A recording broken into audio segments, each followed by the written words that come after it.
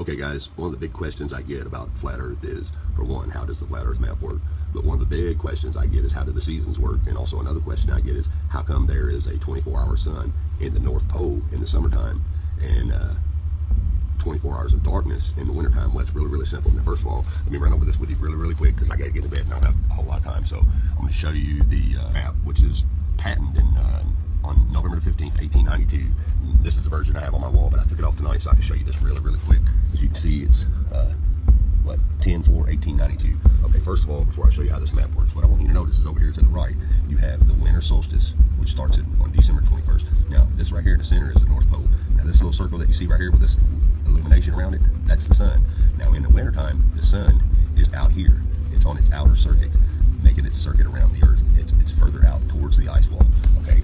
Now, in the summertime, which would be your summer solstice, which is on here called the June solstice, and it explains to you pretty much how that works.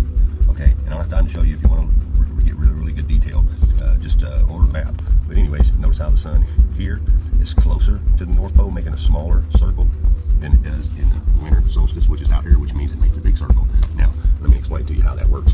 Okay, I'm going to turn the light off on this phone for just a second so you can see how this works. Okay, here we are. I've gotten it dark like it would appear in real life. Now, we're going to use this flashlight as the sun source. Now, in the wintertime, the sun is further out, which means, okay, here's the ice wall that surrounds the Earth. Let me get you guys familiar with this really, really quick because I don't have a whole lot of time. Now, here's North America. Here's South America. Here's Africa. Here's third world countries, and here's Australia.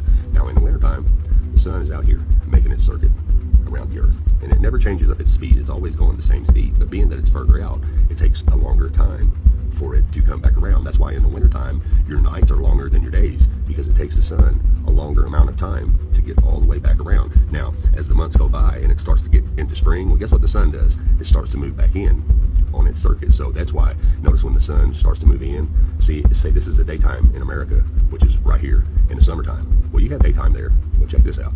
In the spring, the sun starts to move closer in. So guess what starts happening to this continent and this continent and this continent?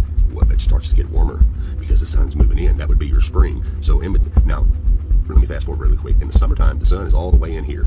Now, that's why your days are longer, because it doesn't take the sun very long to get back around to you. So the nights are really short and the days are longer. Doesn't mean the sun's moving faster. It's just on a shorter circuit. It doesn't take long to make that circle when it's making a small circle. You guys see what I'm saying? So in between the winter solstice and the summer solstice, you have this in-between time, which is right in here.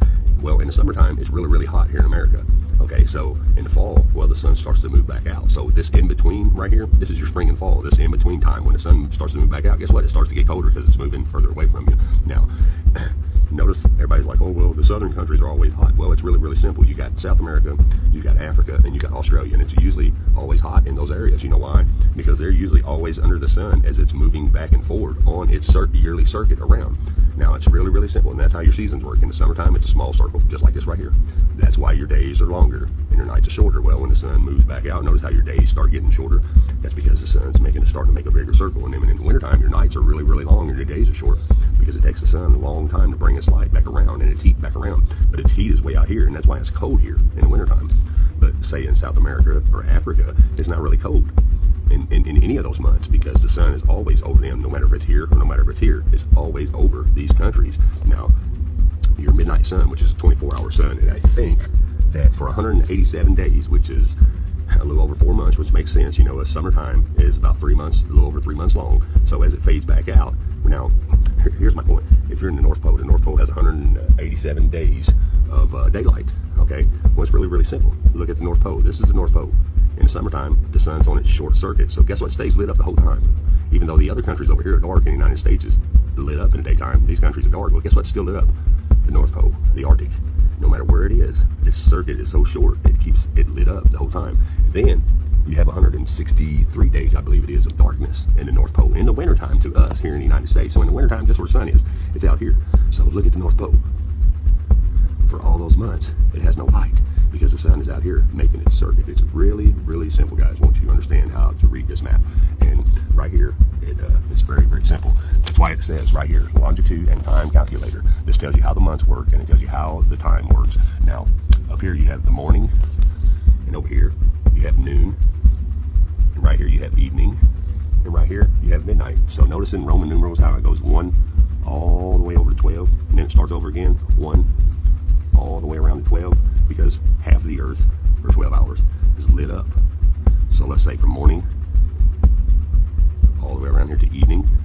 Well, over here it's midnight. That's why it says midnight there, because it's dark there. The sun is on this half of the earth, and then when it moves to this half of the earth, this half over here is dark. That's why it's numbered the way that it's numbered: morning, noon, evening, and night, midnight.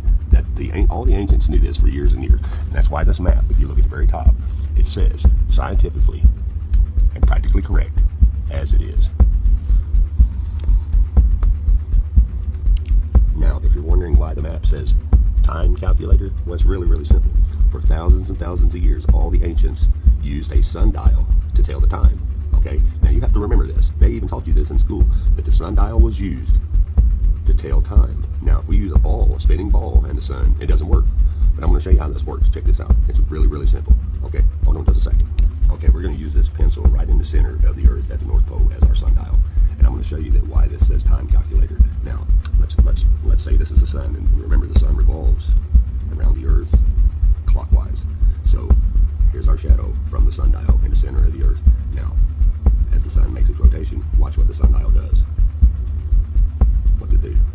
It tells the time: 3 o'clock, 4 o'clock, 5 o'clock, 6 o'clock, 7 o'clock, 8 o'clock, 9 o'clock, 10 o'clock, 11 o'clock, 12 o'clock.